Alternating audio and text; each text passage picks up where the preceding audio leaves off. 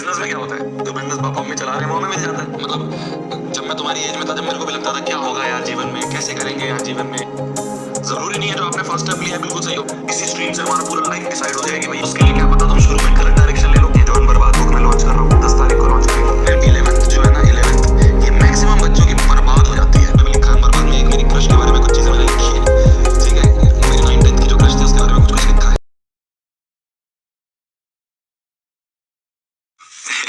एक बोल रहा है भैया आपका पर्सनल रूम है, तुम्हारा नहीं होगा ना अभी, तुम्हारा नहीं होगा। बच्चों में नहीं होता है ना, बच्चों में नहीं होता। मेरा भी ऐसे पर्सनल रूम तो कोई नहीं है यार। मतलब भाई मैं और मेरा भाई निमित जो है, मतलब एक ही रूम में रहते हैं। मतलब खाना पीना सोना वगैरह सब एक ही रूम में होता है। वो तो ये है कि ये स्टूडियो है एक, मैक्सिमम टाइम मैं स्टूडियो में ही रहता हूँ। वैसे तो कहाँ रहता है यार personal room. Middle class family में पर्सनल रूम कौन से होते हैं, कोई पर्सनल रूम नहीं होता। बचपन में तो हमारा एक ही रूम था जिसमें पूरी फैमिली रहती थी। मतलब जब हम छोटे थे तो हम जॉइंट फैमिली में रहते थे पहले, ठीक है। जॉइंट फैमिली में जब हम पहले रहते थे तो जॉइंट फैमिली में एक ही रूम था, उसी में मैं, मेरा भाई, पापा मम्मी हम सब रहते थे।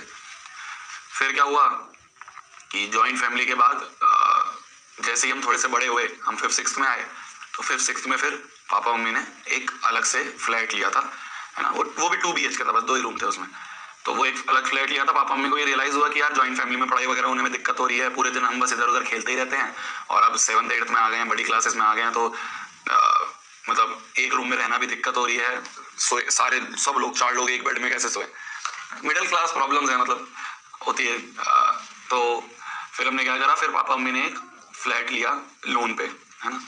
क्या इतना कोई पैसा होता था कि फ्लैट खरीद ही लें। तो लोन लिया, लोन पे फ्लैट लिया। वो लोन अभी तक भी चल ही रहा था कुछ टाइम पहले तक, है ना। फिर तो यह है कि भगवान की कृपा से हमने उसको लोन को पूरा करा। तो फिर हम फ्लैट में आए 2 BHK। फिर मतलब उसमें ही हम रहे मैक्सिमम टाइम तक, जब तक मैं कॉलेज से निकला नहीं था, जब तक हम वहीं रहे थे। फिर उसके बाद जैसे ही मेरा कॉलेज खत्म हो गया था, तब मैंने इतना कुछ कर लिया था, मैंने और भाई ने मिलके पूरा यूट्यूब जो है हमने यूट्यूब हो गया और बहुत सारी चीजें थी, उससे हमने इतना कर लिया था कि पहले बात तो हमने वो लोन चुकाया पापा मम्मी का जो था।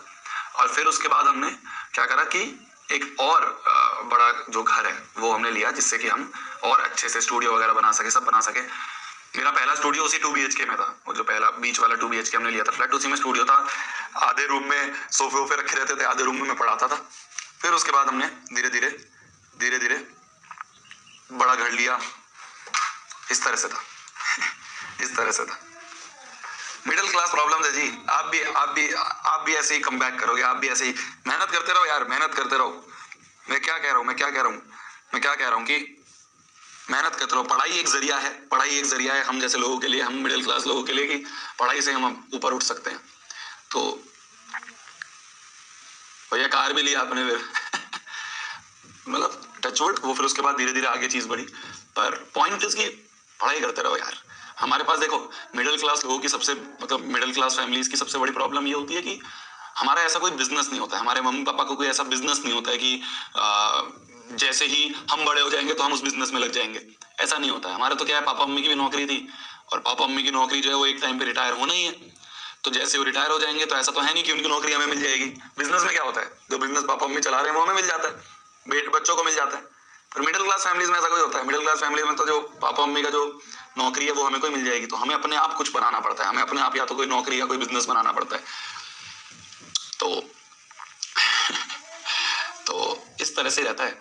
ये चीज बहुत जल्दी रियलाइज कर ली थी मैंने। मतलब ये पापा मेरे को बोलते रहते थे कि यार हमारे देख शोभित, हमारे पास ऐसे कोई खेत नहीं है, हमारे पास ऐसे कोई पुश्तैनी जमीन नहीं है, हमारे पास ऐसा कोई बिजनेस नहीं है, तो जो करना होगा शोभित हमें मिलके करना होगा। तो फिर उसी तरीके से मैंने कॉलेज में स्टार्ट कर दिया था यूट्यूब चैनल, है ना। कॉलेज के ही फर्स्ट ईयर में। फिर धीरे धीरे भगवान की कृपा रही, आप सभी का प्यार रहा, आप सभी को अच्छे लगे वो वीडियोस। फिर हम धीरे धीरे आगे बढ़े और आज हम यहाँ पे हैं टचवुड, ठीक है। हो जाता है यार, हो जाता है। मतलब जब मैं तुम्हारी एज में था, जब मेरे को भी लगता था क्या होगा यार जीवन में, कैसे करेंगे यार जीवन में, क्या करूंगा, कौन सी नौकरी करूंगा, क्या करूंगा। पर धीरे धीरे पता चलता रहता है। मैंने तो अलग ही पाथ चुन लिया ना भाई। मैंने 10वीं के बाद 11वीं 12वीं मैंने साइंस स्ट्रीम ली। 11वीं 12वीं के बाद मैंने इंजीनियरिंग करी। आज मैं पढ़ा रहा हूँ। अलग स्ट्रीम होगी ना। इंजीनियरिंग करने के बाद लोग क्या करते हैं, जॉब लेते हैं, आईटी सेक्टर में जाते हैं, मैं तो बिल्कुल ही अलग। तो बस वो धीरे धीरे आपको एक डायरेक्शन पता चलती रहती है। जरूरी नहीं है जो आपने फर्स्ट स्टेप लिया है वो बिल्कुल सही हो, जरूरी नहीं है जो आपने फर्स्ट स्टेप लिया है बिल्कुल सही हो। मेरा फर्स्ट स्टेप क्या था, मेरा फर्स्ट स्टेप था 11th 12th में साइंस लेना। फिर उसके बाद मैंने अगला स्टेप क्या लिया, मैंने साइंस के बाद इंजीनियरिंग करी। तो वो दोनों ही स्टेप मेरे कॉन्ट्राडिक्ट नहीं हो रहे, क्योंकि आज तो मैं टीचिंग कर रहा हूं। टीचिंग तो मैं किसी भी तरीके से कर सकता था। तो इसलिए कभी भी ये मत सोचना भैया मैंने, जैसे तुम में से बहुत सारे बच्चे हम जाके आगे जाके अलग अलग स्ट्रीम्स लेंगे, तो ये मत सोचना ये जो स्ट्रीम है इसी से हमारा पूरा जीवन डिसाइड हो जाएगा, इसी स्ट्रीम से हमारा पूरा लाइफ डिसाइड हो जाएगी। भैया ऐसा कुछ नहीं है, ऐसा कुछ नहीं है। बिल्कुल जो लिखा है ऊपर वाले ने वो होगा। अब उसके लिए क्या पता तुम शुरू में गलत डायरेक्शन ले लो, कोई बात नहीं। हर एक चीज से इंसान सीखता है।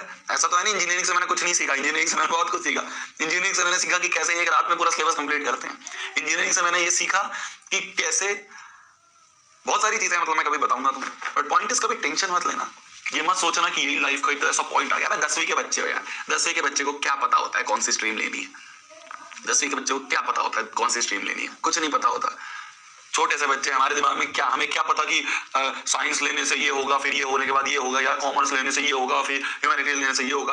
ऐसा कुछ नहीं है। टेंशन मत लो, लोड मत लो। ये जो है ना, जितना खाली रहेगा, ये जितना खाली रहेगा, जितना इसमें आराम रहेगा, जितना इस दिमाग में शांति रहेगी, उतना तुम अच्छा सोच पाओगे और उतना आगे बढ़ पाओगे। इस पे टेंशन लोगे तो कुछ नहीं होगा। बस हाँ, एक चीज मैं कहूंगा, 11वीं 12वीं में ना, तुम अभी बहुत छोटे छोटे बच्चे हो, ठीक है।